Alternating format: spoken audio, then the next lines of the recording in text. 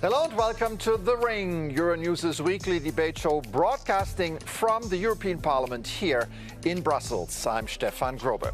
On The Ring, members of the European Parliament go face to face on some of the biggest issues facing the EU.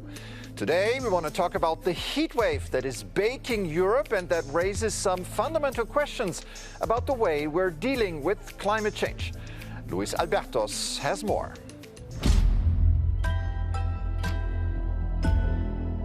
Europe is the fastest warming continent on Earth, heating up at roughly twice the global average rate. As temperatures continue to rise, a critical question emerges. Is Europe prepared for a hotter future? The challenge goes far beyond climate policy. Cities are struggling to deal with extreme heat. Energy systems are facing growing pressure, and governments are being forced to find new ways of protecting society's most vulnerable. The debate is also increasingly ideological. Broader questions are being raised about consumption, health and sustainability. Should we forget climate change for a moment and just stay in our own air-conditioned homes, if we have one? Or is it time for drastic action to be taken to mitigate the worst effects of climate change? Difficult choices lie ahead. Well, a lot to unpack for our debaters, and here they are. Benedetta Scuderi, an Italian MEP from the Greens. She's a member of the Committees on Industry, Research and Energy, and Women's Rights and Gender Equality. Regarding the climate crisis, she says, "In Europe, we are witnessing a climate collapse and its most dramatic effects, such as uninhabitable homes, power cuts and blocked transport systems, but the right continues to deny climate change and to slow down the transition. This is not pragmatism, but a choice that is destroying us." Andrea Wechsler, a German MEP from the centre-right European People's Party. She's a member of the Committees on the Environment, Climate and Food Safety, and on Industry, Research and Energy. She says targets and goals alone will not protect people, infrastructure or nature. The real question is how we deliver. We can lose ourselves in ideology, conditionalities and regulatory micromanagement, or we can move from debate to delivery, technology open, market open and innovation open. So let me welcome to The Ring Benedetta Scuderi and Andrea Wechsler.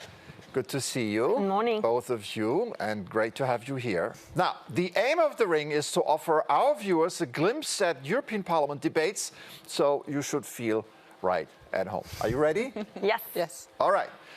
Let's start. Europe is once again facing record-breaking temperatures, wildfires and droughts.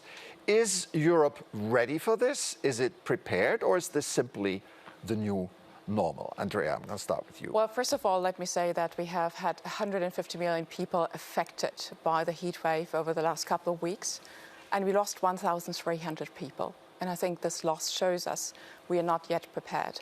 We are doing everything now which is in our hands to find these issues at a European level, but no, we are not at where we need to be to protect people in Europe. Why are we not prepared? This is not the first time we had a heat wave. We had, extreme weather in the summer. It's not just the summer, because we have extreme weather in the summer, we have extreme weather in the autumn.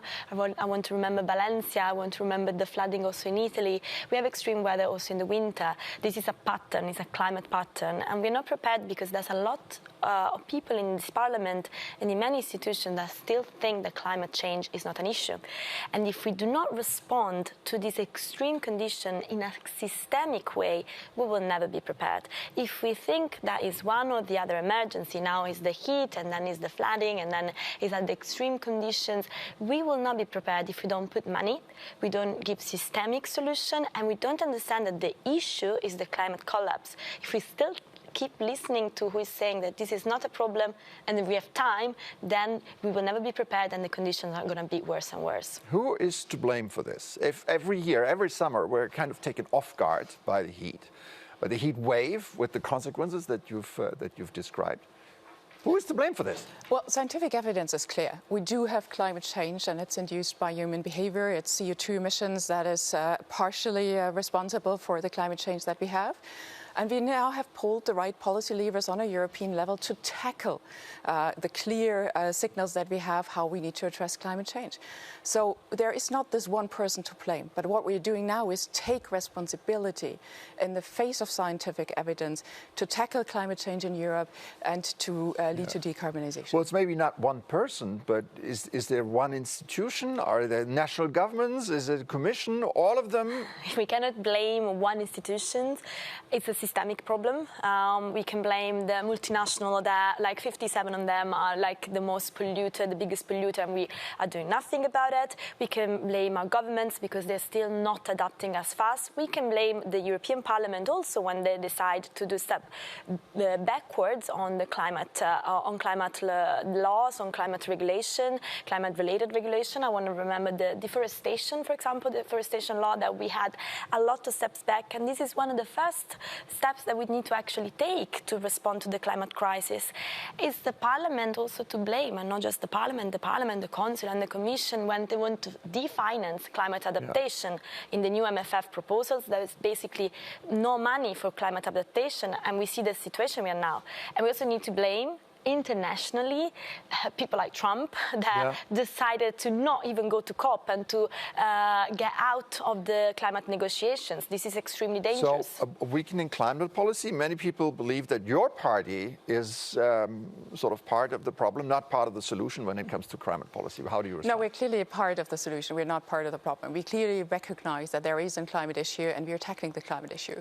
But what we are not doing is rolling back on climate legislation. On the contrary, what we are doing is to accelerate the implementation of the climate legislation that we've taken and that we've put into place in the European Union, which is the most ambitious continent.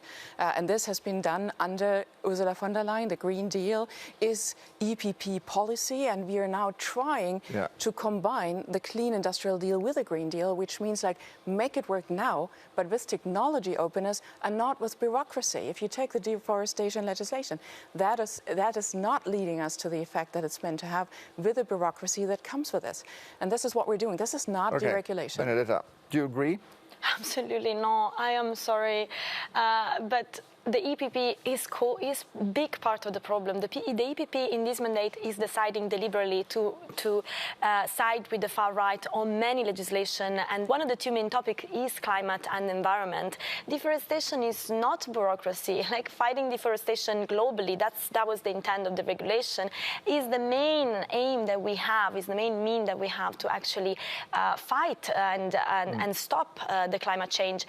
I mean, if we keep thinking that we're not giving answer and aligning with the far right and destroying the Green Deal, because there's many pieces of the Green Deal that have been destroyed by the EPP in this moment, without giving a direction to Europe, this is making us more vulnerable. Okay, how do you think about air conditioning? Air conditioning, I think at some point it becomes necessary, but we also need to make our housing and our buildings more efficient. And this is another thing that I will really have the EPP on board to not destroy the building efficiency directive, for example. I think also that this is a social justice issue, because air conditioning is only available for the richest part of the population. It's not available for the part of the population that is more vulnerable.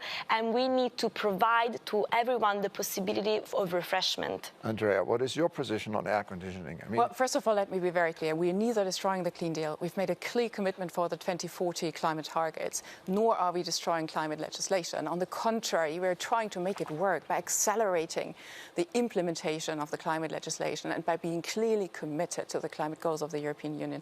What about air conditioning? Yeah, oh, that's big part debate of the, right now in Europe. Well, it's clearly to me one very important part in terms of an electrification strategy. We need a cooling strategy for people. We've had people, the elderly, the vulnerable, the children in schools that were impossible to survive or even to have schooling. Yes, air conditioning is one of the pillars and the solutions for the people. It's electrified. This is the way the European Union is going forward. It will be one part of climate adaptation. But this will not be enough. And that is why we're working on the implementation of the Benedetta climate mentioned targets. the sort of the social inequality when it comes to access to that technology. Do you think she has a point? Well, there clearly is one, and that's why it's so important that the Commission now comes up with a cooling strategy where we clearly need a targeted strategy that we protect the vulnerables first.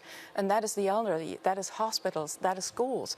And then it goes to private homes. And yes, this is our task to make climate protection for the vulnerable. How can we implement such an idea? I mean, the schools, hospitals, etc. Many hospitals and schools have air conditioning. Hospitals certainly more than schools. Not in all member states. Yeah. The point is, and again, I would like to take on board the EPP on this, we need funding.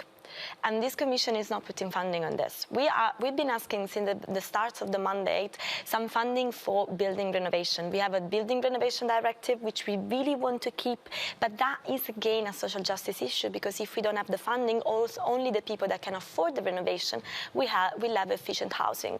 And instead, we want especially the people that cannot afford the renovation, the public administration, the schools, especially in countries and regions that are in more danger, to be able to afford renovation.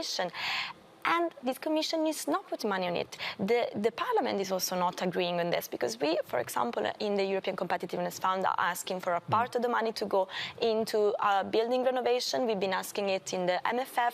We are asking it in all the places. If you don't put the money, you can do all the cooling strategy you want. Should it be a European thing here, or should it be left to the national governments because they're closer to the situation? Well, first of all, European money is endless. And we need to be very clear about where we put the money for the next couple of years. And yes, it would be a great wish list to have air conditioning for schools on the MFF wish list. But this will not realistically work, because we will not be able to fund European air conditioning in the breadth as we need it. So our avenue in the EPP is clearly to fund innovative technologies, to make the technology cheaper, and to work on the lowering of energy prices in order to make the operation cheaper. So energy prices down, technology cheaper, and this is going to make it more accessible. And just on a side note, in Germany, air conditioning is considered to be a heat pump, and so you can actually get subsidies by the German state. So I think given the limitations of the budget on the European level, we should not put it into subsidies for air conditioning, but into innovative technologies on the one hand side and a lowering energy prices on the other hand side. Let me just step in here. As we're just getting warmed up, that is no pun intended, we are ready for the next round. Now it's time for you to challenge each other directly, just as you do in the hemicycle behind us. So, Benedetta, this round starts with you. Yes, so my colleague has talked about the difficulties that many workers on the workplace have experienced in this heat wave. So I want to ask you if you will be available to support a call for a directive for the European Commission to protect workers, especially the most vulnerable ones, from heat waves. That means more breaks, that means understanding which are the temperature, that means changing the shift.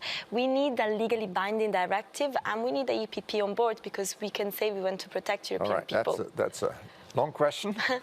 First of all, let me be very clear. We need to protect workers, and we need to use the flexibilities in the law to protect them in place. There is already a big body of law for the protections of workers in place. So before we call for a new directive, our EPP approach clearly is, let's make an impact assessment of what directives do we have, what national legislation do we have, and how does it fit together? Because what we do not want to have is yet a call for a new directive in elements which are already largely regulated on a European level, and allow the member states for flexibilities. We have northern states where you have more protection for cold weather probably, and then heat waves where we have other member states. So let's keep the flexibility, clearly commitment to protect workers, but let's not do another directive without having evaluated what the current legislation already does. All right, now your question to Benedetta. Well, let me talk about technology openness, Madame Scuderi. If we want to really convincingly decarbonize, we need to be open not only for electrons, and clearly electrification will be the main pathway for decarbonizing, but also for molecules. And what I see the Greens going for is that they do not treat all technologies that we need for decarbonization equally. Take CCUS, take low-carbon hydrogen, take synthetic fuels. This is something we don't get your party on board. How will you approach renewable energies that comes from molecules? So first we need to understand what is renewable and what is not renewable. Then we need to understand what is sustainable and what is not sustainable. That mostly, I think this is a way from a certain part of this parliament, and not just this parliament, but politics, to hide the fact that we want to keep fossil fuel in. Because CCT, it's a good technology, but only if you use it in a very, very hardly decarbonizing sectors. Instead, the People Party wants to use it in things like electricity production. And we have renewable energies for that. We don't need CCT. And this has been actually approved by the Parliament in the project of common interest. And for us, it's absolutely impossible to sustain something like that because it's economically absolutely non-efficient, cost-efficient, and it's also dangerous for the environment. Low-carbon hydrogen is a very costly technology, and we saw it because we had a hydrogen program, and that was not flying because it's just not economically efficient, and instead other technologies could be. And also low-carbon hydrogen is made with gas if you intend blue hydrogen, which is absolutely doesn't make sense because gas is very costly, hydrogen is very costly, and is still keeping the fossil fuel in. So what will happen is that we will not have low-carbon hydrogen, we will have gas inside the energy mix, and this is a strategy of the fossil lobby to have fossil fuel in the energy mix forever. We actually want to get out of that. So if we have technologies that are doing this, are cost-efficient and are scalable, the Greens are all open. All right, we've heard the views from our guests. Now it's time to bring in a new voice. I would like to bring in Simon Steele, the Executive Secretary of the United Nations Framework Convention on Climate Change. In a statement released last week, he said this: "Until humanity stops burning colossal amounts of coal, oil and gas, extreme heat will keep getting worse, and other climate impacts from mega droughts, floods, wildfires and storms will keep hammering every economy and population harder each year." He certainly has a point here, but how realistic is it that we get off fossil fuel immediately in the European Union? First of all, he's right. Burning fossil fuels cannot be the way to the future because we know the impacts and we felt it in the heat wave. The question is how fast can we work on the transformation and what decarbonization levers do we have? So first of all, the strategy in the European Union is clear. Let's get independent from fossil fuels imports. Let's try to electrify in order to get the fossils out of our system, which is also a major issue in terms of resilience. And then there will be hard to abate sectors where we have to work on alternatives. We talked about hydrogen, which will be one of the important pathways to go forward. But there will be some sectors where we need fossil fuels also as a base sort of material in the chemicals industry, and we have to be open to use it at least in those processes where we cannot substitute it. But clearly the majority of the policies targeted are towards defossilization. Benedetta, even if Europe acted tonight, right, or tomorrow, we cannot save the world alone, the planet alone. Now, global climate policy is under pressure, if not under attack. You mentioned Trump earlier. How can we get the international community sort of back on track towards a common climate policy? Well, first of all, we need to keep our own goals and to not water them down. And again, like the climate law, we're very happy that we have a climate law that is setting a target for 2040. But again, because of the EPP lining with the far right, we couldn't have a very clear target, and we have it watered down. How can we expect to convince the rest of the world to have good targets, good policies, if we are the first that are doing step backwards? Second, we need to be clear on what we are financing. And again, I mean, I understand that we say that we want to phase out fossil fuel, but then if in the negotiation, if in the files, we don't say that no European money are going into technologies that are financing fossils, and that all the MFF is actually going to phase out fossil fuel as an aim. Of course, it's not happening in the next 7 years, but that needs to be the aim also of the MFF. I want to ask, then we are not going into the right direction. Okay, Andrea, the EPP has been mentioned again. No, I mean, we are not watering. Is that cooperation with the far right coming to haunt you? No, it's absolutely, we are clearly standing by the climate goals. We fixed 2040, and yes, we have an offset to 85%, because this is also reaching out into other countries and to allow for quick wins. We can do it perfectly here in the European Union with 90% in Europe, and this will be very hard to achieve, and it's better to have the 90% with an offset in other countries, Article 6 in the Paris Agreement, which allows for it. It's foreseen in the international community. I think this is a very pragmatic way forward with still reaching the 90%, but giving flexibilities to achieve it. Okay. Are you happy with this answer? Absolutely not. We can do both, and we should do both. All right. Let's take a break here on The Ring. We'll be back with more after this. Stay with us.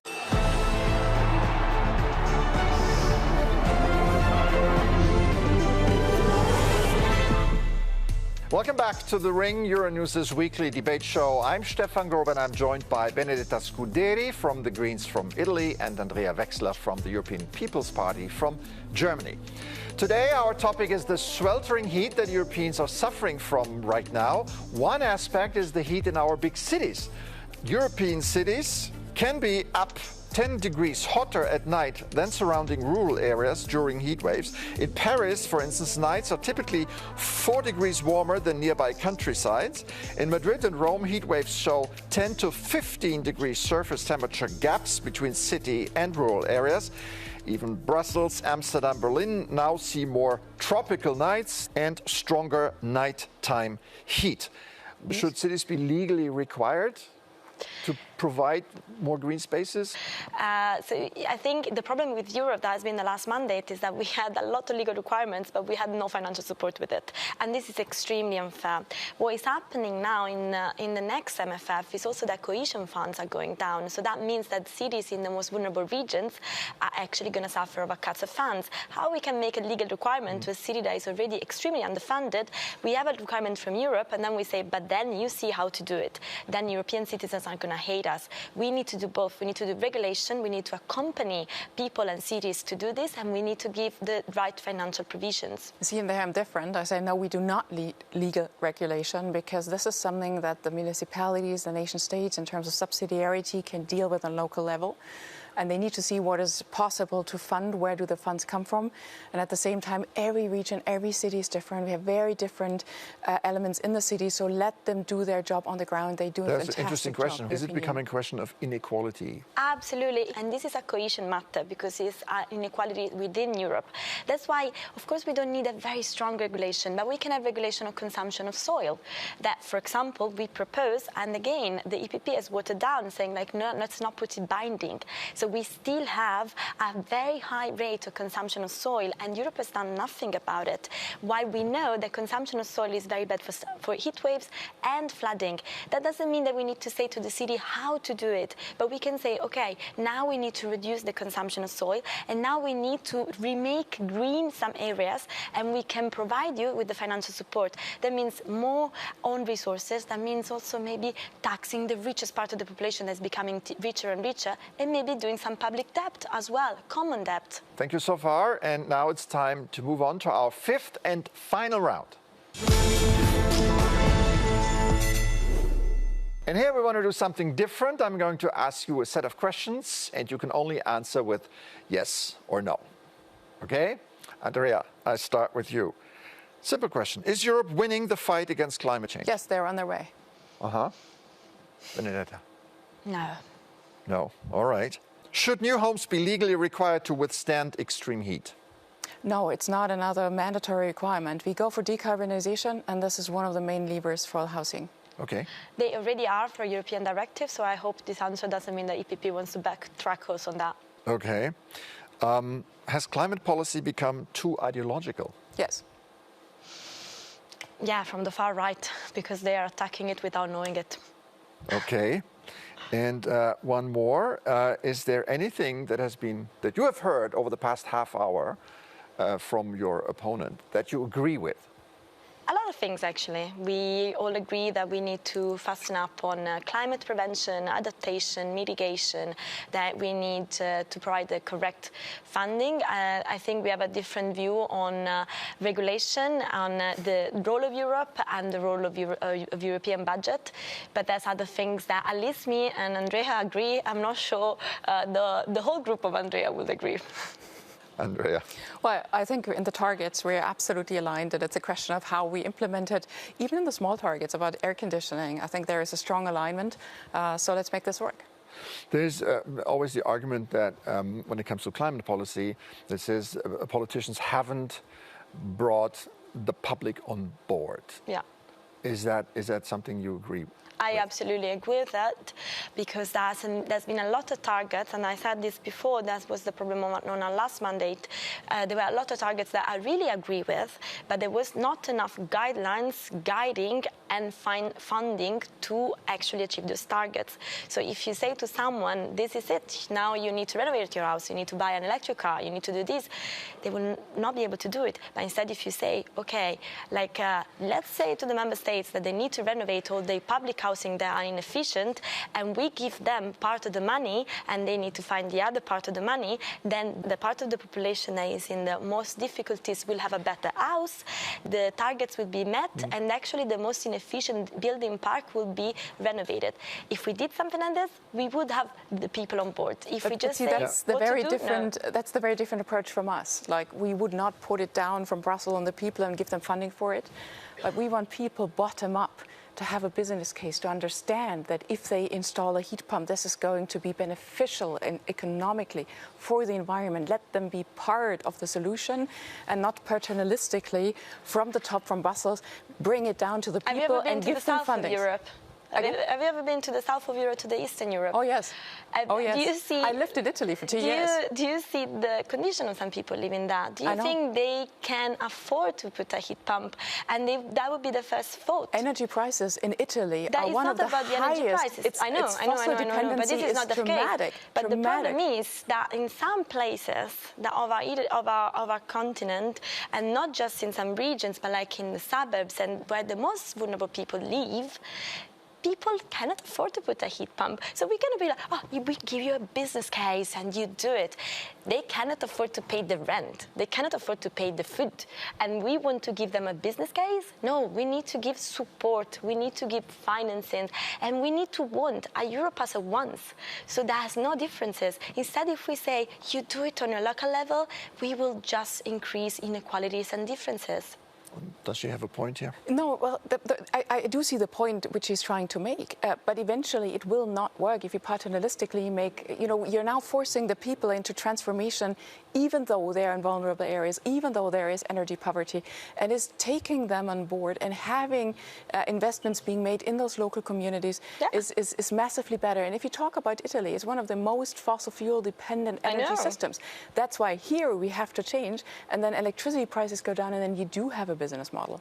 All right. I think we cannot solve the problem today, but thank you so much for a very interesting conversation. Then this brings us to the end of this edition of The Ring. Thanks again to Benedetta Scuderi and Andrea Wechsler. Thanks to our audience at home. If you like, you can continue the conversation by sending us your comments to thering@euronews.com. That's it for today. I'm Stefan Grober. Take care and see you soon on Euronews.